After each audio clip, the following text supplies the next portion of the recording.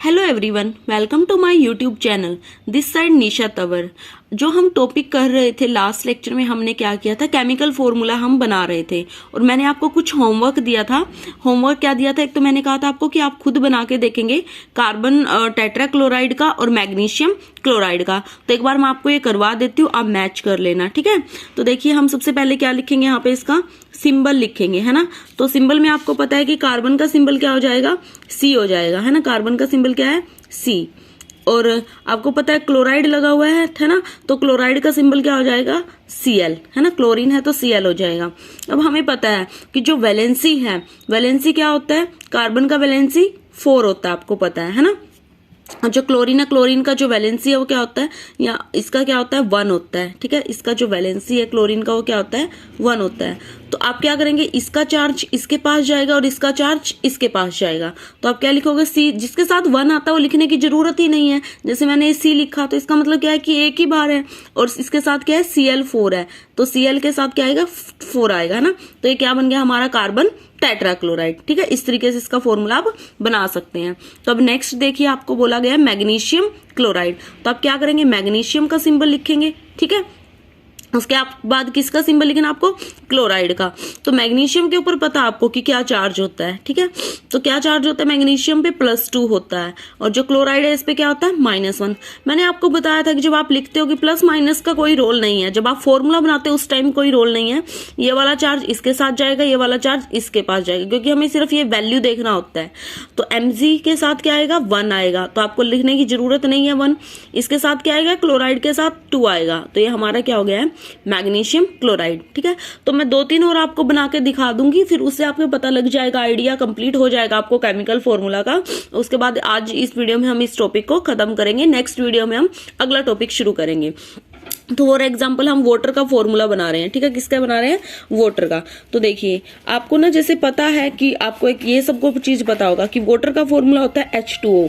तो ये चीज आपको यहाँ से प्रूफ हो जाएगा कि वाटर का फॉर्मूला H2O ही क्यों है। हम इसको HO क्यों नहीं बोलते, या फिर H3O क्यों नहीं बोलते, या फिर हम इसको H4O क्यों नहीं बोलते। तो इसका रीजन अभी आपको इस फॉर्मूला से पता चल जाएगा। हमने बोला है, जैसे हम यहाँ पे सिंबल लिखेंगे, हाइड्रोजन का सिंबल H, ऑक्सीजन का सिंबल O। तो इसका वैलेंसी कितना होता है, 1, और मान लो +1 होता है, और इसका क्या होता है, -2 होता है। तो ये वाला चार्ज इसके पास, ये वाला चार्ज इसके पास। तो H के साथ क्या आएगा, H के साथ हमारा 2 आएगा, और ऑक्सीजन एक ही है। तो इससे यहां से पता चला कि वाटर का फॉर्मूला H2O ही होता है, ठीक है। ना ही HO होता, ना H3O4 होता, ना H4O होता, ठीक है। तो ये चीज यहां से प्रूफ हो गया।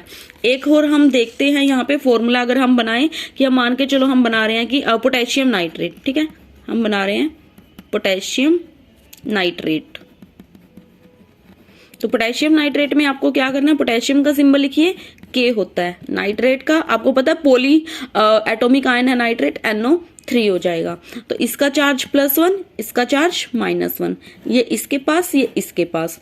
तो यहाँ पे सेम ही है, बस आप क्या लिखोगे, KNO3, ठीक है। ये किसका हो जाएगा सिंबल, पोटेशियम नाइट्रेट का। उसके बाद हमें लिखना है, अगर मैं कहूँ कैल्शियम सल्फेट, देखिए जब सेम इसमें ना सेम आपको दिखेगा चार्ज, तो वो कैंसिल आउट हो जाता है, कैल्शियम सल्फेट। तो कैल्शियम का सिंबल क्या होता है बेटा, Ca। सल्फेट क्या होता है, SO4। कैल्शियम का जो चार्ज है वो होता है +2, और सल्फेट का जो हमारा चार्ज होता है वो -2। तो ये वाला चार्ज इसके पास, ये वाला चार्ज इसके पास। तो हम क्या लिखेंगे यहाँ पे, कैल्शियम 2।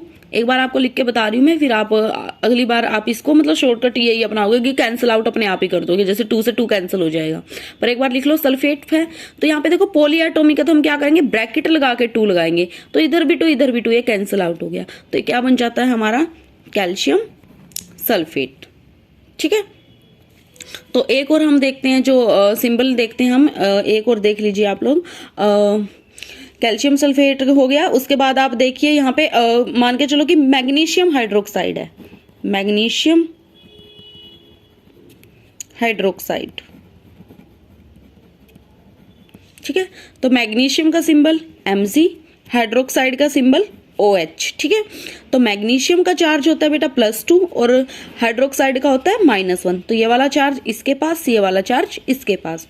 तो मैग्नीशियम को 1 लिखेंगे, और हाइड्रोक्साइड OH, पॉलीएटॉमिक है तो ब्रैकेट लगा के क्या लिखेंगे OH2। ये हो गया हमारा मैग्नीशियम हाइड्रोक्साइड। इसका जो कॉमन नेम है हम इसको क्या बोलते हैं बेटा, मिल्क ऑफ मैग्नीशिया भी बोलते हैं। ये भी ध्यान रखना, कई बार एग्जाम में, किसी भी कॉम्पिटिटिव एग्जाम में या 10th क्लास के एग्जाम में ये चीज पूछ लिया जाता है, मिल्क ऑफ मैग्नीशिया। ठीक है, तो वो किसको बोलते हैं, मैग्नीशियम हाइड्रोक्साइड को।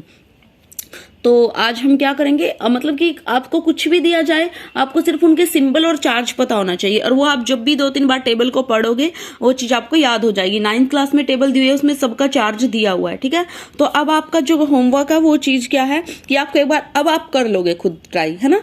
तो मुझे लग रहा है कि अब आपको अच्छे से समझ आ गया होगा। तो आपको मैं 2-3 एग्जाम्पल दे रही हूँ, आप करके देखेंगे और कमेंट बॉक्स में मुझे इसका आंसर देंगे। ठीक है, आपको करना है सोडियम नाइट्रेट और एक आपको करना है एल्यूमिनियम क्लोराइड।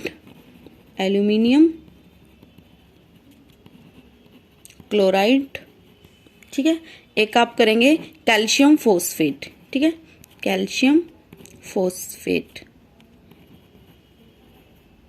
मैं इनके आपको बता देती हूँ कि आंसर क्या आएगा, आप एक बार करके देखना कि आपका भी यही आ रहा है नहीं आ रहा है। तो देखिए सोडियम नाइट्रेट है, तो सोडियम नाइट्रेट क्या हो जाएगा, NaNO3। ठीक है भाई, सोडियम नाइट्रेट का ये आएगा। उसके बाद देखिए एल्यूमिनियम क्लोराइड है, तो एल्यूमिनियम क्लोराइड का AlCl3 आ जाएगा।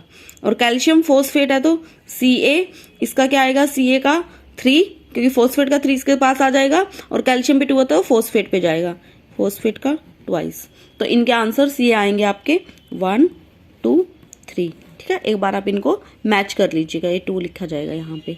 तो होप सो कि आप सबको जो चीज़ बताया गया है कि वो अच्छे से समझ आ गया होगा।